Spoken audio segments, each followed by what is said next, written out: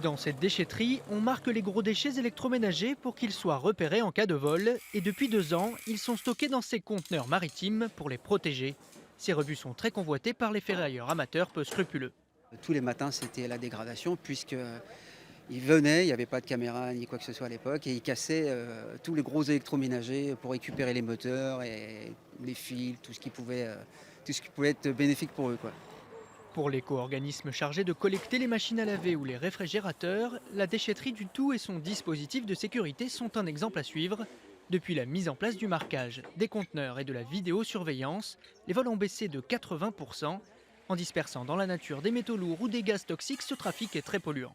Il faut savoir qu'un frigo, en termes de pollution, représente une voiture qui roule pendant 365 jours à l'année, 24 heures sur 24, et que l'essentiel de la pollution est contenu dans son moteur à l'arrière du frigo, et que la pièce qui peut être vendue le plus cher sur un frigo, c'est le moteur. Donc effectivement, lorsque le moteur est coupé, c'est 50% de la pollution qui s'évapore dans l'atmosphère.